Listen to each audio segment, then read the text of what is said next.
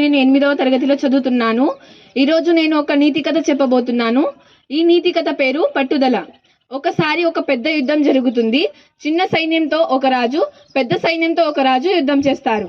ఎవరి శక్తి కొలది వాళ్ళు పోట్లాడుతారు. ఎత్తుకు పై ఎత్తు వేస్తూ ఎదుటి వారిని చిత్తు చేయాలని ఇద్దరు ప్రయత్నం చేస్తారు. కానీ పాపం చిన్న సైన్యంలో ఉన్న రాజుకు ఓడిపోయే పరిస్థితి వస్తుంది. ఆ రాజు మిక్కిలి అలిసిపోతాడు. వంటి నిండా గాయాలతో అతనికి నిలబడే శక్తి లేకుండా పోతుంది. తాను నెగ్గడం ఎటు కుదరదని తెలిసి ఆ రాజు మెల్లగా ప్రక్క దారిలో పారిపోతూ దగ్గరలో ఉన్న ఒక గుహలో దాక్కుంటాడు.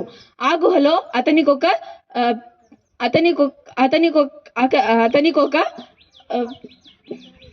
సాలీడు కనిపిస్తుంది.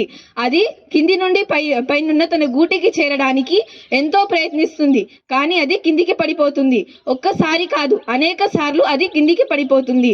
కానీ తన ప్రయత్నాన్ని మానక 17వ సారి తన గూటికి చేరుకుంటుంది.